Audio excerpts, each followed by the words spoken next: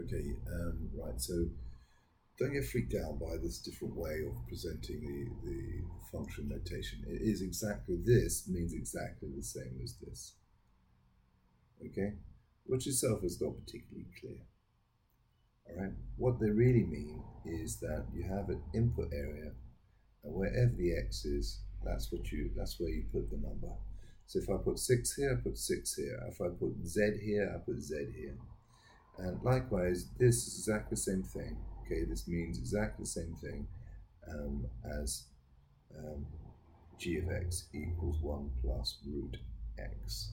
Where here you've got the input area and an input area here.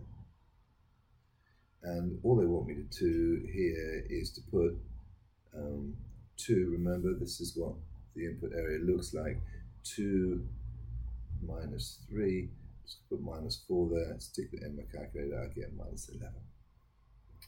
In this one, okay, they're not telling me to put 5 in here, they're telling me to put a in.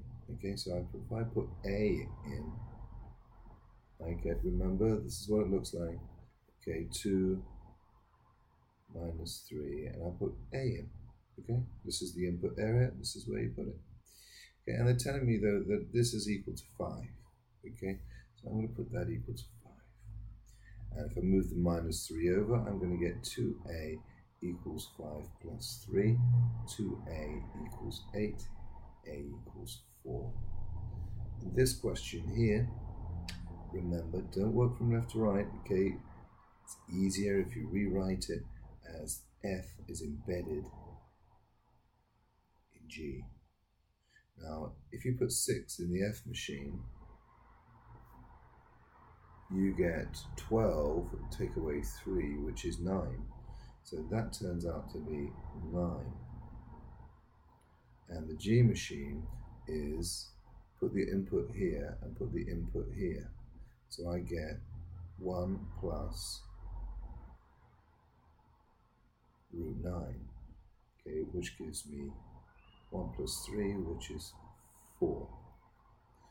Now you can just make out, hopefully at the bottom of the page, it says what value can you not put in the G machine? You might remember the two things that are called math error are dividing by 0 or square rooting a negative.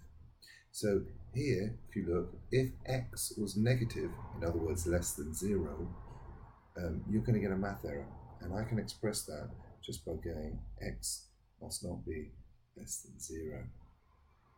At the very bottom of the page, we have a question which says, can you work out the inverse of the g function? Well, here's the g function. I'll write it for you again here. Equals 1 plus root x.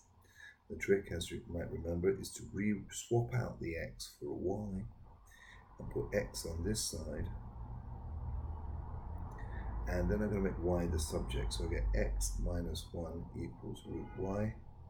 Then I'm going to square both sides, giving me x minus 1 squared, okay? And so this is the opposite of this.